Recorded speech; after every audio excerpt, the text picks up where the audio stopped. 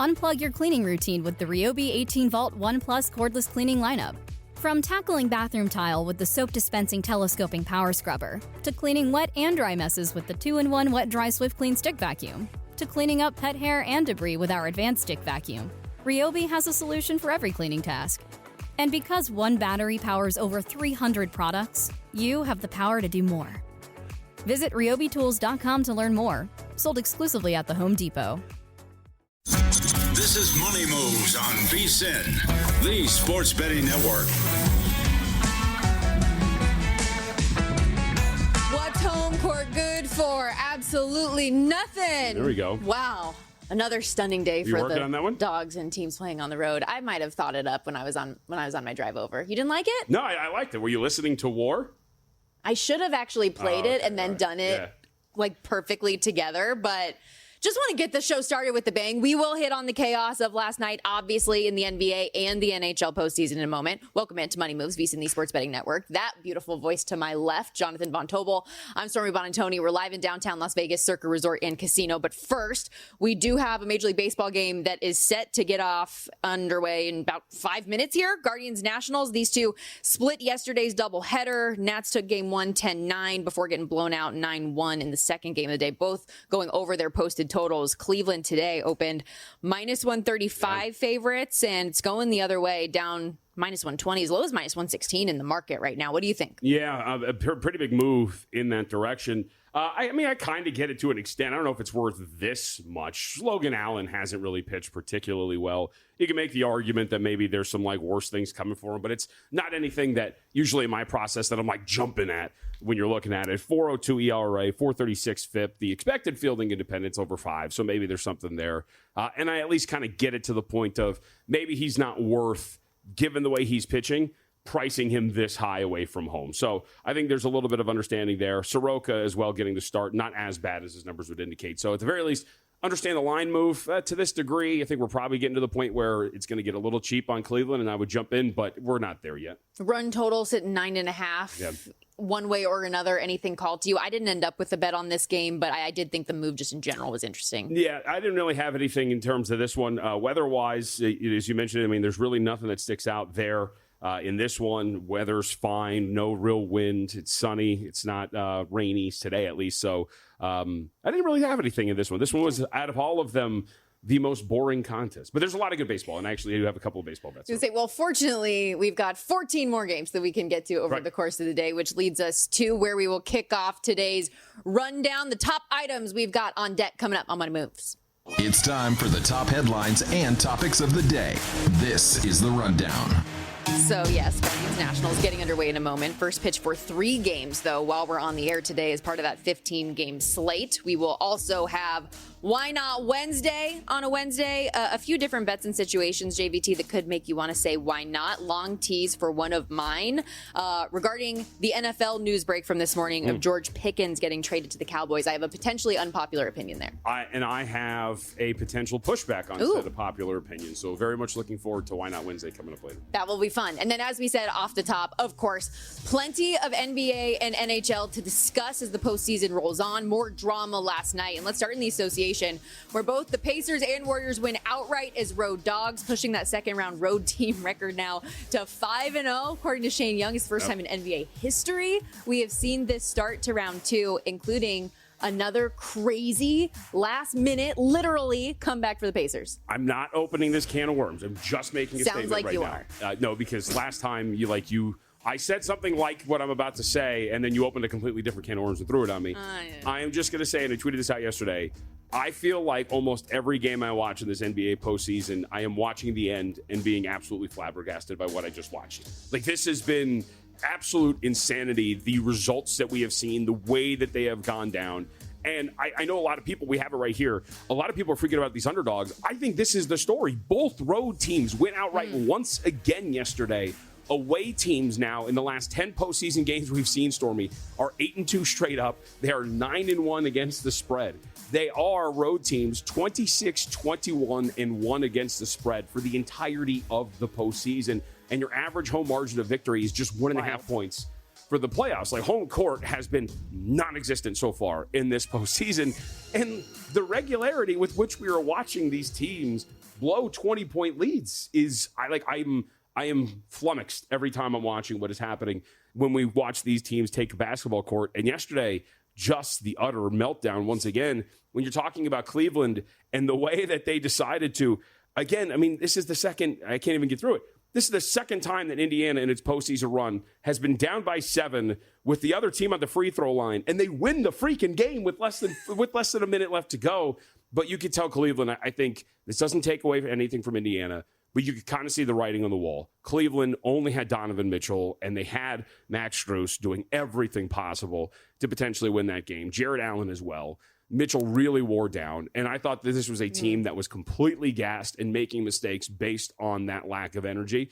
And credit to the Indiana Pacers, because once again, and when I saw Halliburton steal that ball when they had it, I was like, oh, he's going to win. He's going to hit this step back, and went down. That was wild. Yesterday. He misses the free throw, gets his own board, works his way out, hits the step back 3 to win it on a night where he's getting the overrated chance because he was voted the most overrated player in the NBA. For him to have that moment, unbelievable. And you mentioned Donovan Mitchell getting worn down. He has 48 points yesterday, but still not enough. And he spoke about how he and this team is feeling after the game. Banged up, but we all are. That's what it is. I mean, it's tough.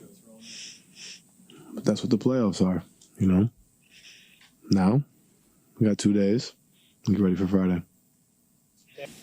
You ain't got no choice. I mean, we can sit here and dwell on this and be home in about 4 or 5 days. Or we can move on and take some things that we did really well and go from there. I have no doubt everybody in that locker room is ready for Friday. It sucks, stings, but we got to go out there and take care of business. Otherwise, that's it. But I believe in everybody in the locker room. We believe in each other. We'll figure it out. So he's dinged up. No Garland, no Mobley, no Hunter, down 0-2. And the series transitions now to Indiana, where they're still a favorite to bounce back. -1.5 in Indy, total 229.5 on Friday. I mean, what do we do, right? It's these road teams. So, yeah, go ahead. Let's bet Cleveland. I mean, it's funny, too, because yesterday I even tweeted it out because Cleveland was up by 20 at one point, and I'm like, this is unbelievable, too, because yesterday you had the whole zigzag thing, which is like, all right, cool. Like, remember in the first round, 23-11-1, the straight-up loser, and then you had the straight-up loser in the first game, open up a 20-point lead, and I'm like, this is nuts. Like, just blindly follow these trends, and you're fine. And this is the way that this postseason is gone. But I am going to be curious. I mean, obviously, the injuries are going to be front and center here if they're going to be healthy and whatnot. It is, again, worth pointing out, though, that through 2 games in this series, despite the fact that they are down 2-0, Cleveland has 126 points in the paint through 2 games against the Indiana Pacers. Again, like, you watch Donovan Mitchell, can't hit water falling out of a boat from a distance. But every time he attacks off the dribble, it seemed like he was getting a shot within 4 feet of the basket. They don't really have an answer for him. And it does, like you said, it sucks because they are so shorthanded. When he's off the floor, it looked like a unit that was completely lost in terms of offensive generation. So if they're going to be healthy, maybe for this game, maybe Garland's going to be back, maybe Mobley, and maybe Fox, and you're going to be, Fox Hunter, and you're going to be fine. But obviously, down 2-0, very unlikely that Cleveland is going to be able to pull this off for the whole series. But maybe they can pull this thing, at least extend it out a little bit more. One final note on this game in that end of game situation, going back to 1998, teams are 3 and 1,641 when trailing by 7+ points in the final minute. 2 of those 3 wins have come in the last week for the Indiana Pacers. Both of them, I can't, man. It is. It's been a cool, like, I was thinking about this too, to unite all parties. Look, both postseasons have been great. Unbelievable. Like, it's been a blast. And this has been, the basketball games have been tremendous. Hockey was great yesterday too, once again. Although I will say, I have to bring it up. I thought yesterday that Washington and Carolina game was the epitome of the stupid hockey that I'm talking about. You know what I'm talking, like, Carolina dominated that game from a shot share standpoint. And like they couldn't buy a goal to save their lives. It was a really good game. But I mean, as you can tell, I'm fired up. Like the sports have been sporting, and it has been absolutely tremendous. We will talk more about that game coming up in the next segment, but I do want to stick with NBA here briefly because as we talk about the injuries for the Cleveland Cavaliers, obviously a big one coming through for the Golden State Warriors and their superstar, Steph Curry. So Golden State beats the Timberwolves 99-88, the final there, led by as many as 23. They did get bet down. Were as high as a 7.5 point dog. I think they closed 5.5, but still another road dog that wins. And they did it largely without Steph. He scores 13 points the first 13 minutes, exits the game in the second quarter with a hamstring, didn't come back. He's having an MRI today. And listening to Steve Kerr and Draymond and some of these guys talk post game, you hear words like crushed for him, concerned, tough one. Yeah. Those aren't words that I want to hear in reference to my best player. And we've seen Jimmy Butler carry teams with less talent than this, but you didn't like the Warriors in the series to begin with. So if they don't have Steph, how do you view them now? I mean, they should be very bad. But of course they win yesterday. And I think in large part due to the way Minnesota played. And also Draymond was fantastic on defense. But you look at it in this postseason, Stormy, with Steph Curry off the floor, they're an elite defensive team. 104.2 points per 100 possessions allowed. That's in the 94th percentile of postseason defensive efficiencies for lineups. That's great. They only average 97.1 points per game. So despite having an elite, with a capital ELITE across the board defensive rating, I think I spelled that right, the offensive rating is in the 0th percentile. I don't even think that's a word. It is awful. So one would think that over the course of a larger sample size, like this next game, this team is going to really be in for it without Steph Curry out there. I mean, you still saw it in the series against Houston. The whole point of getting Jimmy Butler was supposed to be that you were supposed to be able to tread water, be better in the non-Steph Curry minutes. With Jimmy Butler on the floor and Steph Curry off the floor in this postseason, they're still getting outscored every 100 possessions. So I think that this is a very bad thing for the Golden State Warriors. But given the way that Buddy Hield has all of a sudden woken up and started to play, and the way that this postseason is going, I'm sure they will sweep Minnesota without Steph Curry. Yeah, few people having a better week than that guy. Yeah. Buddy Hield has been awesome so far. And with that, Minnesota is still a big favorite in the series, minus 150. Warriors plus 125. As far as game 2 tomorrow goes, they're laying 10 at home in the bounce back spot, total 202. And we'll talk more NBA later on in the show with Scott Reichel, the NBA Gambling Podcast, get his thoughts on the games tonight and what we've seen so far. Also, plenty of NHL to come this hour, including from Dennis Bernstein of SiriusXM NHL Radio. And we'll get into all of that coming up in this next segment as well. Crazy postseason. Could it get crazier tonight? For the ones who get it done, the most important part is the one you need now. And the best partner is the one who can deliver. That's why millions of maintenance and repair pros trust Grainger, because we have professional-grade supplies for every industry, even hard-to-find products. And we have same-day pickup and next-day delivery on most orders. But most importantly, we have an unwavering commitment to help keep you up and running. Call, click Grainger.com, or just stop by. Grainger, for the ones who get it done.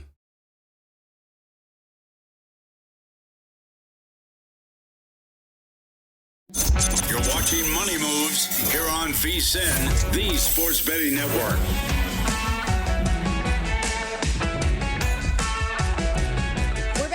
Money Moves, VSiN, the Sports Betting Network, SiriusXM, Channel 158. Jonathan Von Tobel, Stormy Buonantony with you. We got producer Corey York behind the glass today. 2 more Game 2s coming up in the NBA postseason tonight. Celtics out to 10.5-point favorites in Game 2, hosting the Knicks in a bounce-back spot. It was 9 last game, but after falling in stunning fashion, 108-105 in that series opener, that number has come out a bit. And we've seen some back-and-forth movement on OKC Denver today. Opened 10.5, got out to as high as 11.5, and now we're back to the 10.5 on DraftKings, total 229.5. What do you make of that movement specifically?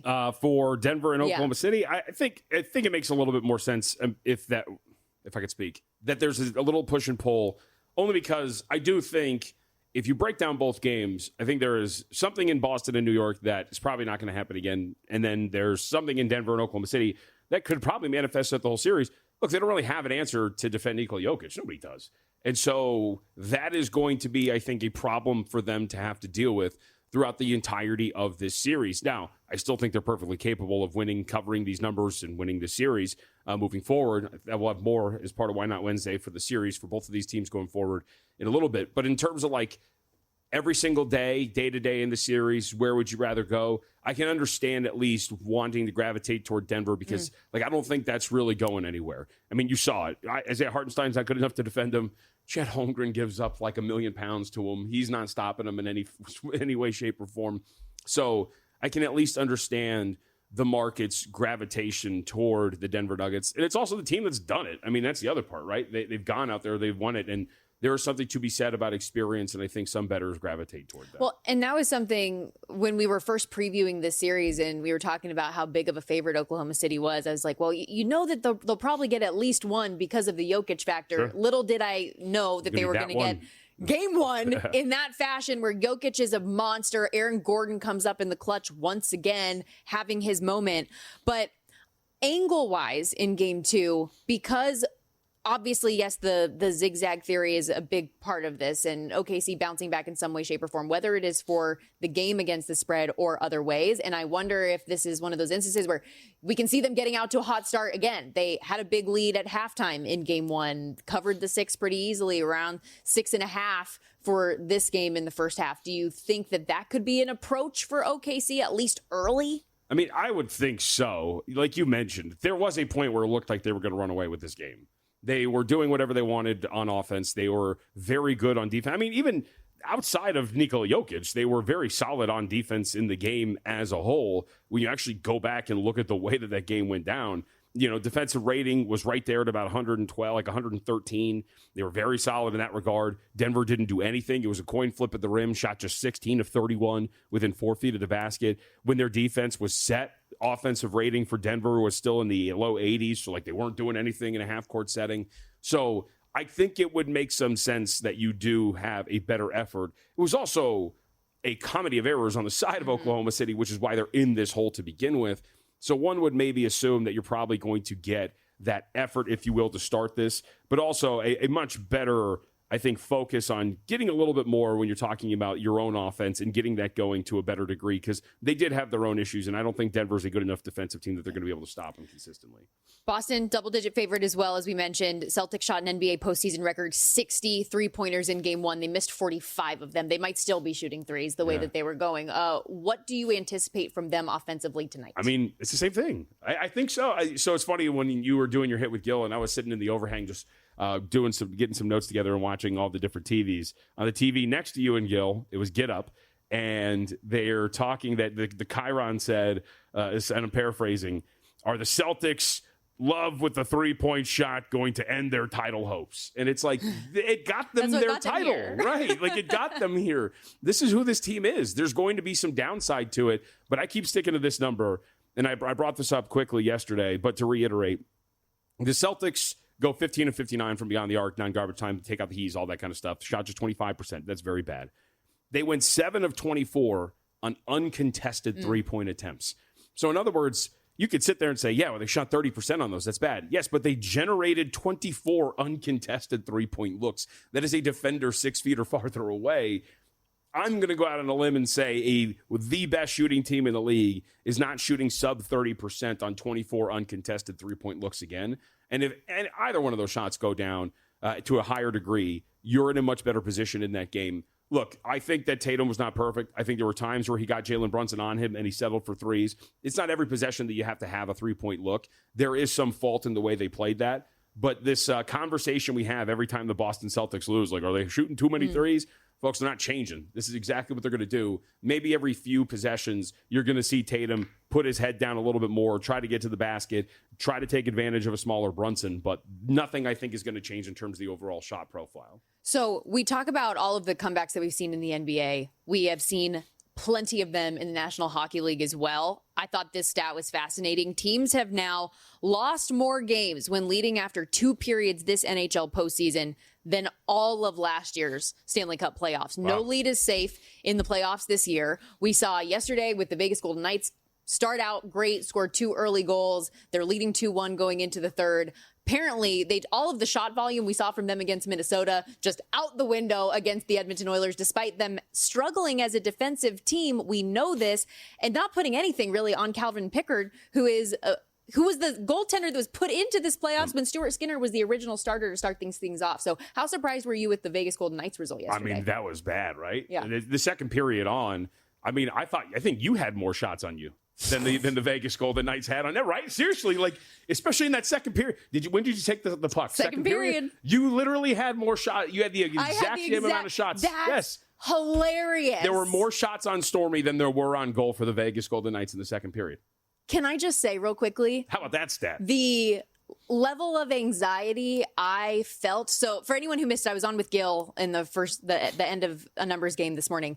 And I was talking about, I took a puck to the elbow in the second period, and the level of anxiety I had knowing that I had to go interview Bruce Cassidy approximately 2 minutes after I took that puck to the body. Yeah. I don't even know what I asked. I don't know if it was coherent. I don't know if it made sense. All I know is that my microphone weighed about 100 pounds and I couldn't hold it because this arm was dead. Yeah. But holler at hockey players. Y'all are tough. I don't know how they block shots coming at them 100 miles an hour. Ridiculous life they have. So it's fun, though. It was good for you. You took it like a champ. I will say that to go back to like the whole premise here, I was very surprised. Yes. I mean, the whole premise was supposed to be, hey, they're missing a top blue liner. Hey, they're their backup goaltender. Hey, this probably should be a series. At the very least, you should have some offensive success. They generated, I think, one high danger chance the rest of the way. In terms of high danger chances as a whole, Edmonton had 13, Vegas had 3. That is not the way that this is supposed to go for me. It's no shame in losing it. It's the way they lost. I was astonished by how stuck in the mud that offense looked. And, I mean, it was somewhat reminiscent at times of what we saw against Minnesota, which I think is the worrying part. Just weird to me how much that Edmonton's defense kept them to the outside. Yeah. That we're used to, especially against Minnesota at times offensively, even if they weren't scoring, they were driving the net. They were creating opportunities for themselves. They had shot volume. For them to have one shot on goal in the second period, 17 in this game at home with the crowd behind you against one of the worst defensive teams that are left here in the postseason. I was pretty stunned by that. And give it up to Edmonton, who is now plus 11 in the third period with 5 comeback wins in the postseason. They know how to close out these games, and the Vegas Golden Knights are going to have to figure out how to score more. That said, speaking of shot volume, you mentioned it last segment, the Washington Capitals yesterday, 14 shots on goal.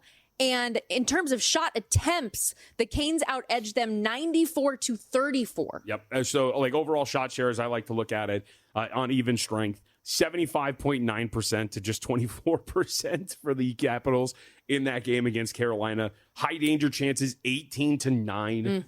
And it was the Hurricanes who trailed 1-0 and needed, like, you felt the relief when they finally scored a goal to tie the game and they eventually get overtime and they win it. Like, this is the loving term that I use. Like, when I talk about the stupidity of hockey, I mean it in a loving way. Like, this was a game. And you know what was weird is actually you can make the argument Carolina maybe should have lost because of those stupid turnovers they kept making in their own end that were giving up wide open looks to the Capitals at multiple times in this game. But I thought, like, this is one of those perfect examples. I was actually partially hoping that Carolina was going to lose this game, only because, like, I thought that you would maybe be able to get something coming back and, like, immediately jump on them, because I thought they completely outplayed Washington at even strength in this game. And I think that that's going to be a big difference for them moving forward. Well, I think this is a really strong series in favor of Carolina. And that was an angle that I liked Washington yesterday at home as a dog at a plus 120 price, thinking they can win that game, and then we buy back on the Capitals at a better price, and now instead it's just extended in the series price now. But I do think that Carolina wins this series. I think that they're the better team. They're bigger.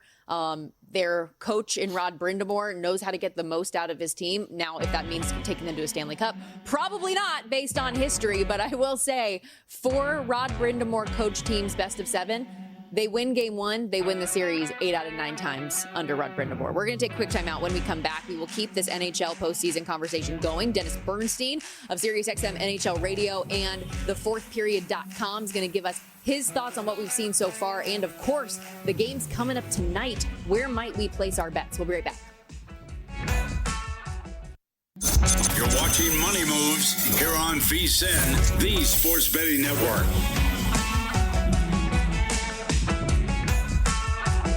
Boost is the first ever bank account built for bettors, ensuring all gambling transactions are approved. No usage fees, no minimums, or in cashback rewards. 100% approval for all betting deposits. Sign up today at edgeboost.bet. Promo code is money.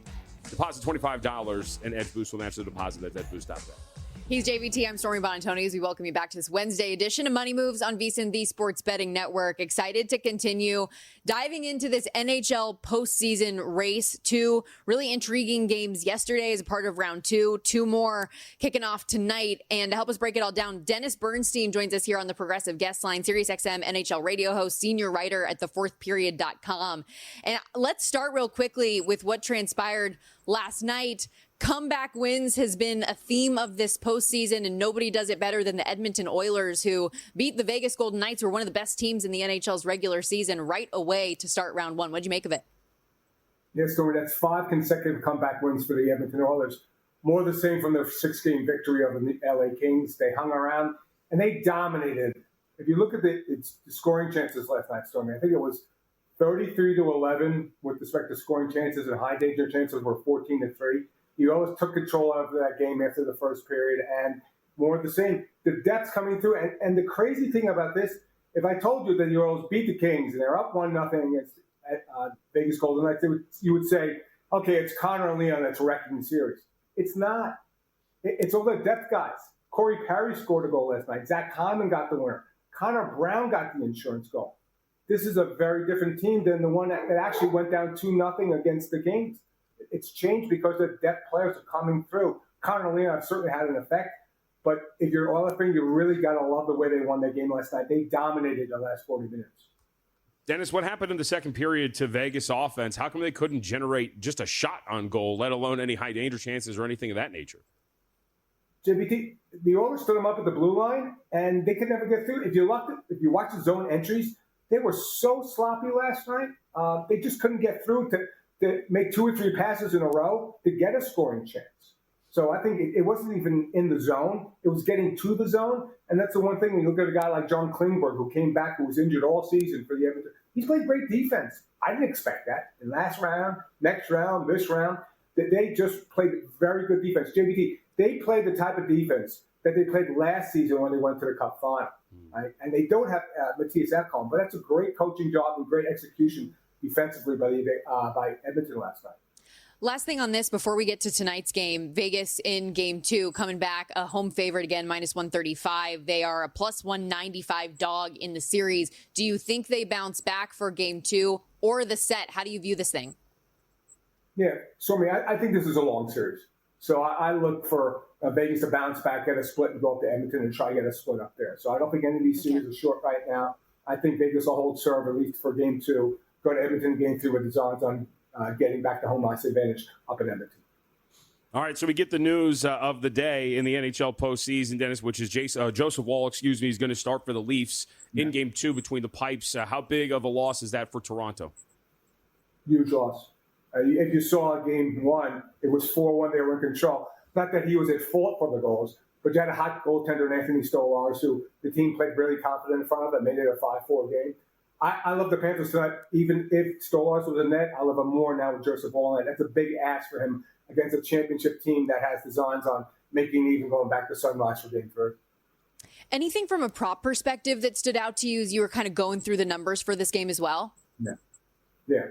Sam Reinhart, anytime goal. I love Sam. I think he's going to get one tonight. He's one of the clutch players, so I like Sam tonight. And if you go to the Leafs side, William Nylander's got the hottest stick story for the Toronto Maple Leafs, so I would probably play him for an anytime goal as well. But I love Sam Reinhart. Maybe even if you can get a prop on a short-handed goal for Sam Reinhart because he's so good defensively, you might want to run it with that too.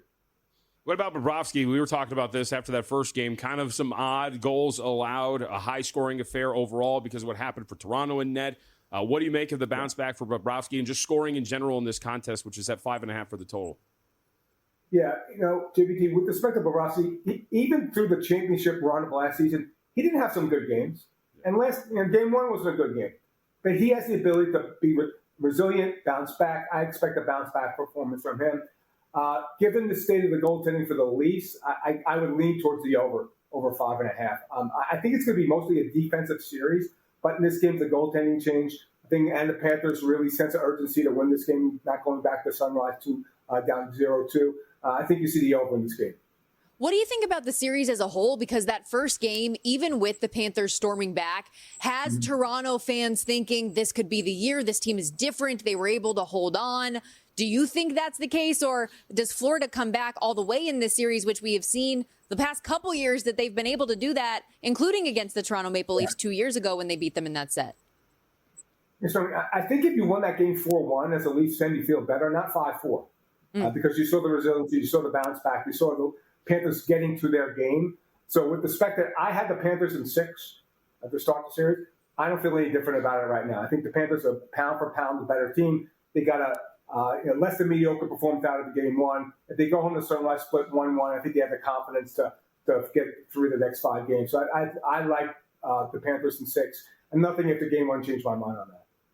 All right, what about Dallas and Winnipeg? I think it's a fascinating series. Yeah. Everybody and their mother was fading Dallas before that series against Colorado started. Now here we are, and they are about a $1.70, $1.80 series favorite. What do you make of the start of this one tonight?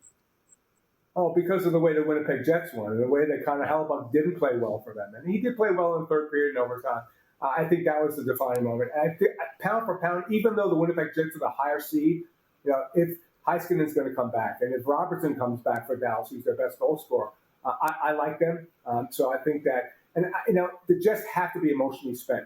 That amazing comeback down 3-1 in overtime, and then winning it in overtime. I just think this might be the Stars' year, JVT. I liked them last year. There's a lot to like about this team. They get those 200 players back. I think at this point, they're the deepest team remaining in the Stanley Cup playoffs, a little bit more than Vegas Golden Knights. Just love what the Stars do and the ability for them to find Mikko Rantanen start the role. So if you want to pick an anytime goal in that game, you got to go with Mikko because he's been so hot. He helped them win the game in Game 7. So really, again, a long series, but I do give the edge to the Dallas Stars. Yeah, they win that first series shorthanded. Now they're getting their stars back, and the Jets are dealing with injuries to Scheifele and Josh Morrissey. So what does that look like for them? But what do you think about Connor Hellebuyck specifically? Obviously, we know the narrative of the way he's played in the postseason. Got a little bit to form, though, in that overtime period in Game 7. Can he carry over any of that?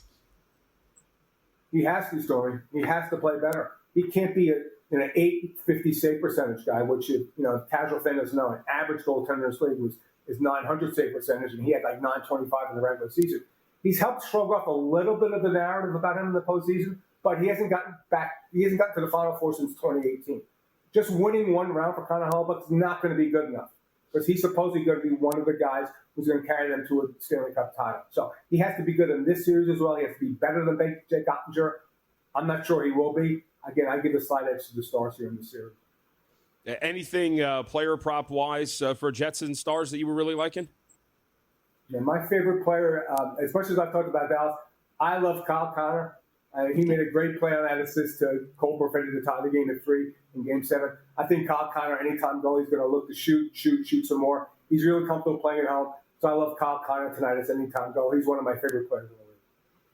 Going back to last night real quickly, the Canes probably deserved better than an overtime win, but good for them that they are able to get some shots through and pull ahead for this thing to take that Game 1 advantage. Are they as good as they look, despite not getting the goal numbers that the shots would have indicated? They're as good as they are defensively. There's probably not a better team in the Stanley Cup playoffs than the Carolina Hurricanes, Stormy. But if you're playing these games, you look at that under total, like 5.5 under every single game. There's not going to be a lot of offense. And not because Washington is good offensively, it's their first time as a group. And you saw some jitters. You saw the offense really didn't materialize for the Washington Capitals. This is Carolina Hurricanes hockey. If they're going to play this way through 7 games, I like the Canes to advance, but this is Carolina Hurricanes hockey. And that's how they won games 2-1. It was boring. It's probably the least exciting series of the remaining ones. But I really like the way they played on the road. The question is, can Freddie Anderson stay healthy for an entire series? I don't really know. Hey, if they win, they don't care how ugly it is, right? They don't care if it's low scoring. That's all that matters. Dennis, you're awesome. Thank you so much for taking the time for us today. We appreciate it. Always great being on VSiN. Thanks for the time.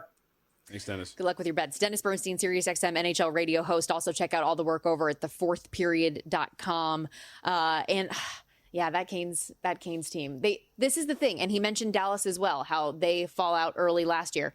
those are teams that I bet on every postseason, and they crush my soul. So it's hard for me to want to invest in them this year. I wasn't really a big fan of watching Washington and Carolina too. A lot of red, a lot of clashing of colors. Reminded me of the website of VSiN.com. It's a lot of red there. You could check that out too, not just for the colors, but for the fantastic articles that we have up on the website as well. Very much worth your time. Wes Reynolds has his Truist Championship preview. I wrote a piece on the home court advantage, which has been kind of front and center over the last couple of days. So make sure you check it out because Zach Cohen's NBA Best Bets just went up along with a couple of others as well. My only issue with the Carolina Hurricanes is their mascot's name is Stormy, and I get a lot of NHL really? Stormy tweets. Yeah, so there's that. We'll be right back on Money Moves. Why Not Wednesday? Coming up after this.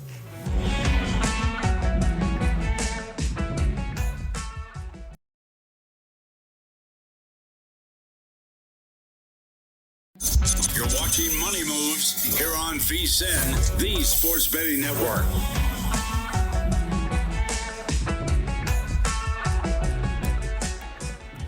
We are back here on Money Moves. It is time, ladies and gentlemen, for Why Not Wednesday. Folks in the back, if you could, roll that open.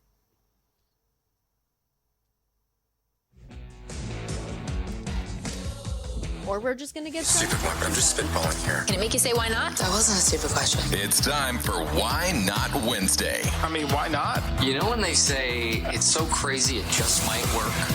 Why does that always happen to me, where we have the delay for the start of the rollout, and then the minute I speak is when it actually hits? Because you don't trust your crew to actually fire it, and so you get nervous and you start talking. No, I just have terrible timing, it appears. I'm going to interrupt this really quickly, and I will say I'm going to admit to this really quickly. I thought you were being dramatic. Stormy in the break just showed me the bruise that, where she got hit. You got nailed, dude. Yes. I thought you were being dramatic. No, that looks like it's kind of uncomfortable. Thank you. I did not have function of my arm for a while, and in the third period I was trying to take notes. Dude, I was holding my wrist like this steadily so that I could try to take notes from the Vegas assistant coach. I will say I do think that you were speaking that into existence a little bit. You did mention a bunch. I hope I don't get hit. I hope I don't get hit. I hope I don't get hit. You might have manifested it.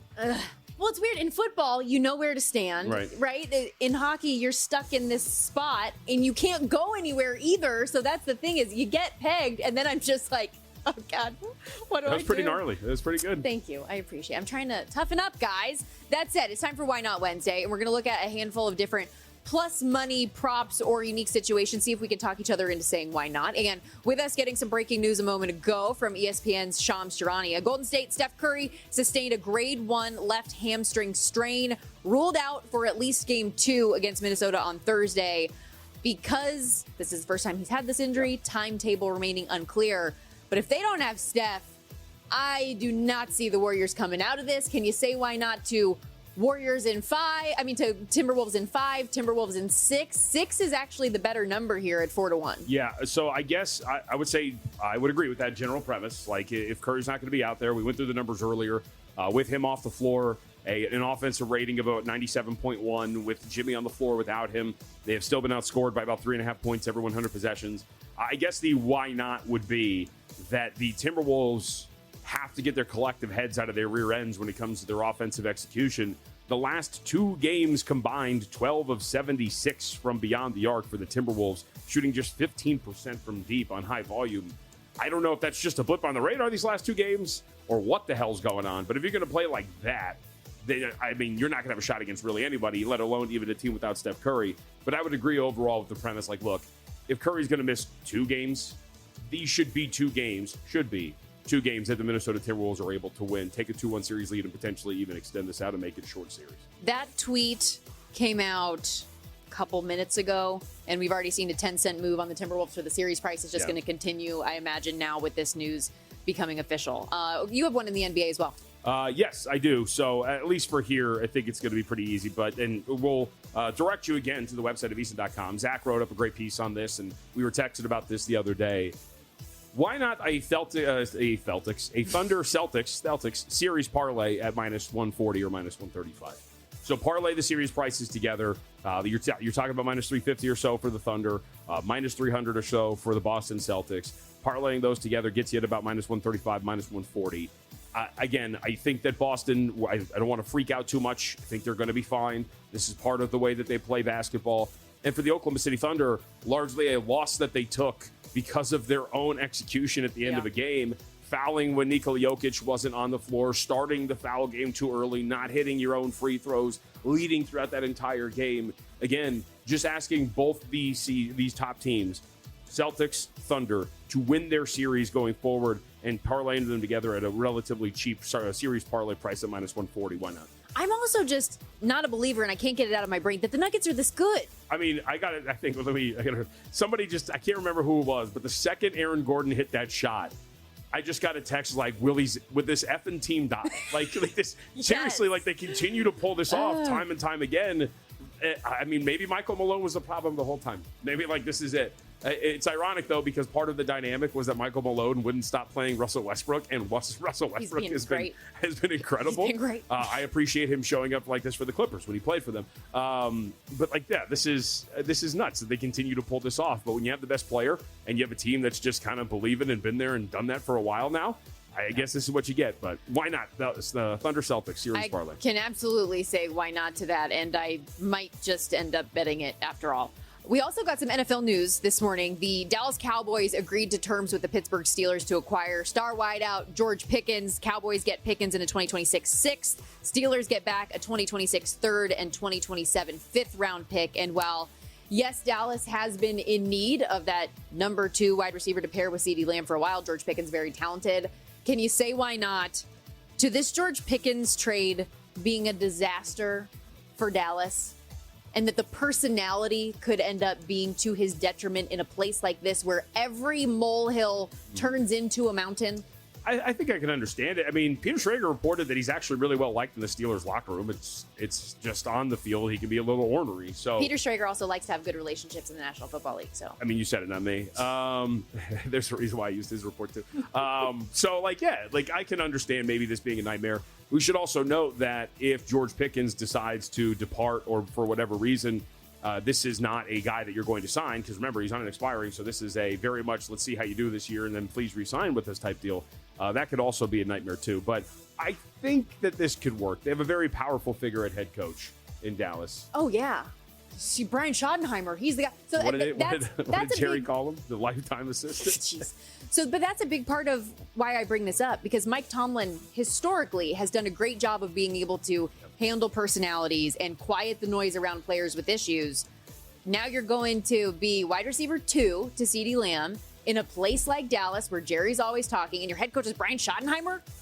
I don't know. All right, so I'll add to this then. Can I add to it? Sure. With all that being said, you can find George Pickens 875.5 receiving yards out there for the season. Over. Why not? I mean, on paper, this is actually a very solid fit.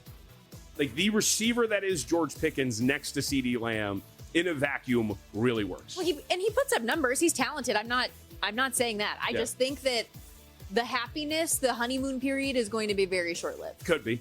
But I think on the field it really works, and I think it could be pretty good. And here's the difference. This is why you always shop around, because I was looking around for this to add for today. I initially was going to put in here over 1,000 receiving yards at about -114 or so. You can find 875.5 at -115. So, like, just shop around for, obviously, as we always say, it's a very big difference. Over 875.5 receiving yards versus the 1,000 flat that was out there, too. But I think on paper, having 2 receivers like that, with Dak now healthy, I think Dak's very underrated as a quarterback. I mean, 2 years ago, he finished second in MVP voting. That has the potential to be a very explosive pairing, and Pickens could really benefit from having a CeeDee Lamb type out there. Dallas, by the way, remains a third shot in the NFC East, plus 750. Eagles an odds-on -140 favorite, followed by the Commanders at 2-1. And I'm not saying it's going to be that much better for Pittsburgh, who now, like, their offense is really just DK Metcalf and Pat Freiermuth, and they have no quarterback, and Najee Harris is gone. So I'm sure they'll get Alan Lazard.